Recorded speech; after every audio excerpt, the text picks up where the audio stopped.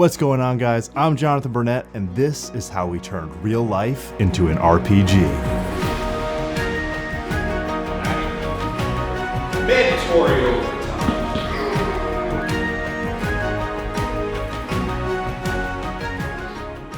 In order to make real life feel more like a video game, we followed a few core tenets. We filmed everything at a higher frame rate. Now, most films are filmed at 24 frames a second, but we decided to film ours at 60, which is more typical for video games. And this higher frame rate really smooths out the motion. Another thing that we did was limit our shot selection. It was either going to be first person or over the shoulder. Okay, so this is the big scary camera, okay? You have to look right at the lens, okay? But only when I say, Brooke. For the over-the-shoulder stuff, it took a lot of choreography between myself and Danny, who plays the player in the movie, to really feel like Danny was driving the camera movements with his movements. And to do this, we were just really specific with how and when he turned his body, so that when he turned his body, I could move in that direction to feel like he was locked to that camera.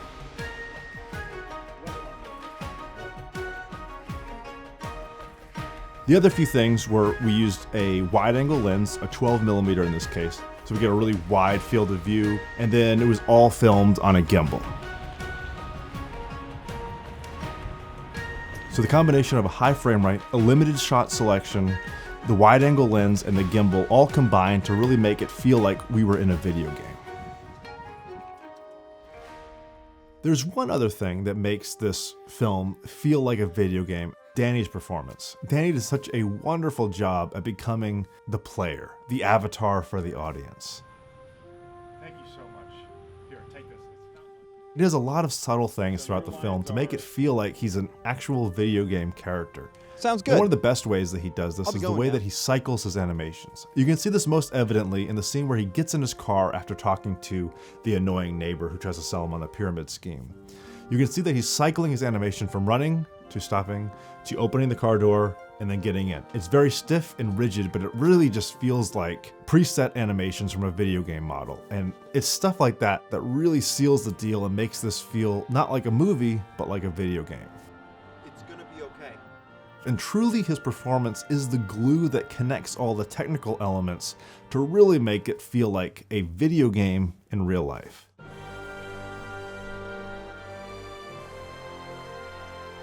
Hey you, you're finally awake. The film begins with a Skyrim reference and one of the more complicated visual effects shots in the film, the outfit selection scene in front of the mirror. Puppy?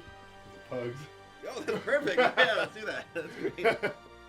Now to do this, we filmed a lot of plates of Danny in various outfits and hairstyles going through the exact same motions, so that in post, we could morph between these shots. Now a morph is basically a cross dissolve using the liquefy tool. So you're moving Danny's features in shot A to match Danny's features in shot B. Now if you bump up the opacity, you can see how much damage we are doing to Danny's face. But when you play it back with the cross dissolve, it becomes almost invisible, which is exactly what we were going for. Now we tracked this stuff to the gimbal shot, and then we were good to go.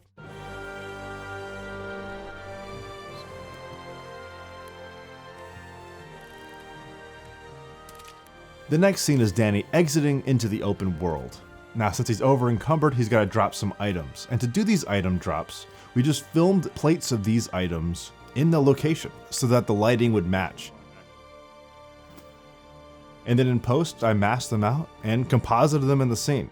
It was a really easy effect to do, and it looks a lot harder than it actually was, which is great because less work for me in post. Yes, you see, we need to sell these products, placebos. When we were writing the film, we threw around a lot of ideas for what side quests there could possibly be in this world. Are the people? All right, that's good. And the one that jumped out immediately to me was the idea of a pyramid scheme, because really, it's like the world's worst fetch quest. I've recently become a partner of placebos. We had a lot of fun with the dialogue scenes in this movie, and they were really easy to shoot. It's just shot, reverse shot. The hardest thing about them was keeping a straight face while watching Danny decide what to say next. How are you this fine morning?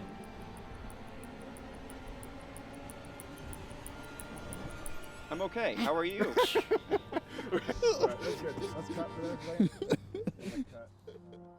The next scene, Danny arrives in the downtown on his way to work. But this is where we ran into a problem. You see, someone stole our parking spot.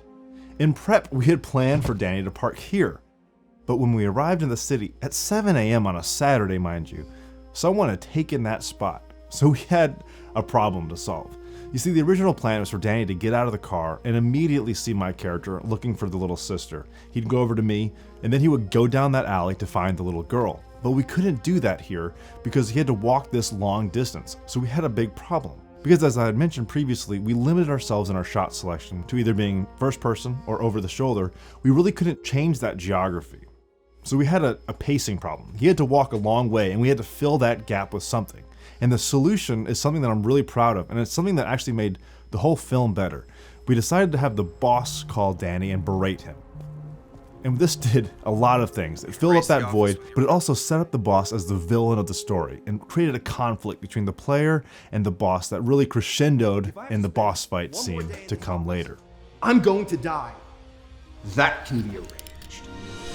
And I think the whole movie worked a lot better because we were able to set up that conflict earlier. And this is kind of indicative of filmmaking in general. You prep and prep and prep, but when you get to set, things inevitably go wrong, and you have to roll those punches and make decisions, and sometimes those decisions are better than what you had planned for in the first place.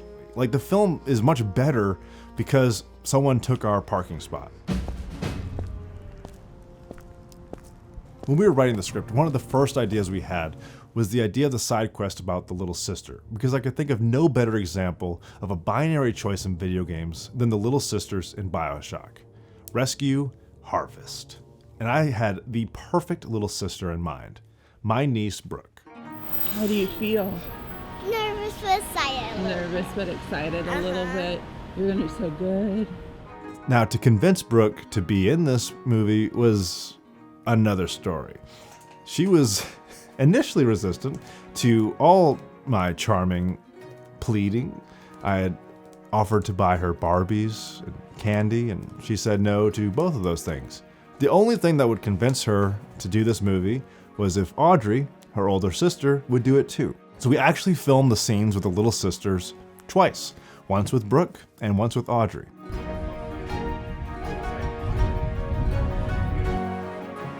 Audrey.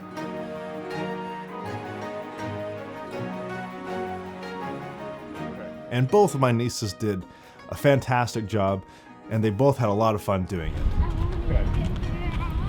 I'll go first, right? Yep. It was really cold that day, but they were troopers. We had blankets and jackets waiting on standby, so as soon as we finished filming with one, we'd wrap them up in the blanket Get warm, get warm. and get them nice and warm again. Fine, bring it wrap her up. Brookie, did you do good? Yeah. She did great. Now here's a fun little fact. When Brooke and I are leaving after the quest is completed, you see that Brooke looks over to the corner and smiles. Because hidden in that corner is her mom, her papa, grandma, my parents, and Audrey. And she's just so happy to see them as she's skipping away. I'm so thankful, and I'm so glad that Audrey and Brooke had a lot of fun making this movie with their uncle.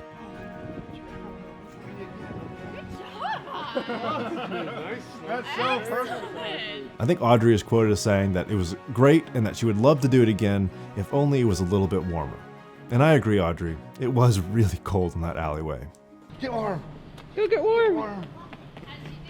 She did great. I want to see.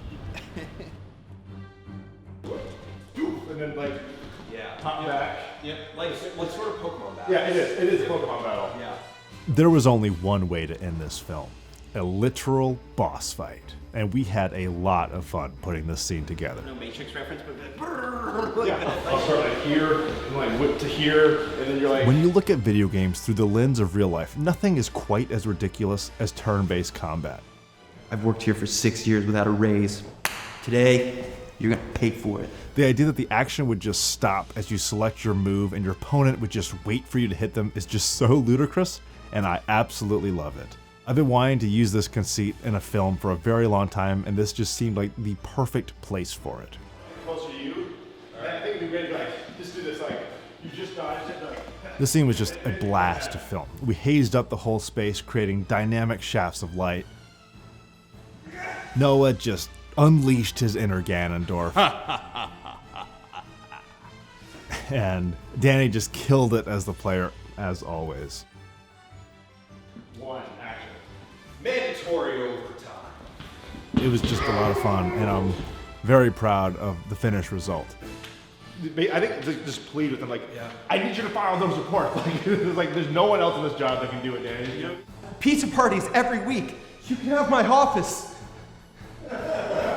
One of the fun things about making this movie is that we just went wild with Easter eggs. There's Easter eggs from my previous movies, Effigy, Inside the Walls, Resident Evil in real life.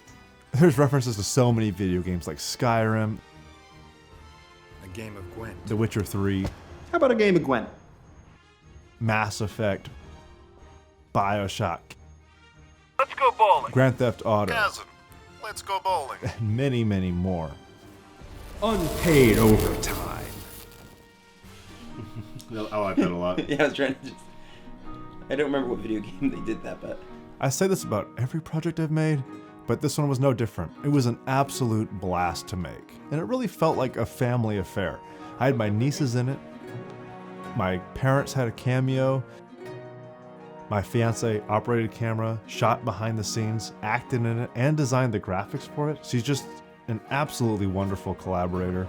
Did not recognize you. That was my 15-minute sanctioned smoke The break. two best men in my upcoming wedding, Matt and Danny, are in it. I've known both of these guys for my whole life. The two babies that bonk heads in the Headbanging Films logo are actually Danny and myself the day we met. I was 3 months old. So it was just really special to be able to make this film with the people I care most about. I hope you really enjoyed the film.